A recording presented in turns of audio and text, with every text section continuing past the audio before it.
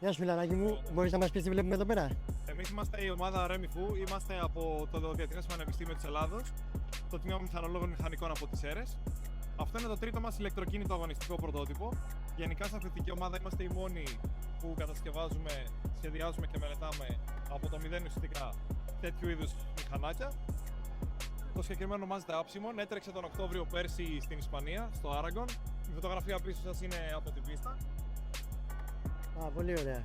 Αυτό δηλαδή είναι κατασκευή αρχικά από εσάς, από αυτό που κάνετε. Ακριβώς. Ξεκινήσαμε σαν ομάδα τα σχέδια 2 χρόνια πριν περίπου. Πρωτότυπο έχουμε, ας πούμε, πήρατε κάποιο μοντέλο σαν πρωτότυπο? Δεν πήραμε κάποιο μοντέλο στο πρωτότυπο. Okay. Όλα τα σχέδια έχουν ξεκινήσει από το 0. Με τον κινητήρα, το σετ φρένο και τα λάστιχα που μας δίνει ο διαγωνισμός, πορευόμαστε ανάλογα. Σχεδιάζουμε τα πάντα όλα από το 0. Από τα σχέδια και τα CNC και τις μελέτες που κάνουμε για το αναντέχει, μέχρι και την κατασκευή, γίνονται όλα στους χώρους του Πανεπιστημίου από φοιτητές της σχολής. Αυτό βλέπουμε κάρμπον εδώ πέρα. Ακριβώς. Τα δομικά μέρη είναι όλα από αλουμίνιο και το αεροδυναμικό από κάρμπον.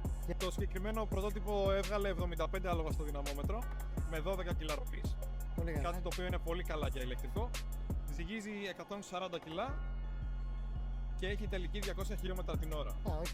Πολύ καλά. Ευχαριστούμε πολύ. Να σου κάνω, φιλαράκι μου.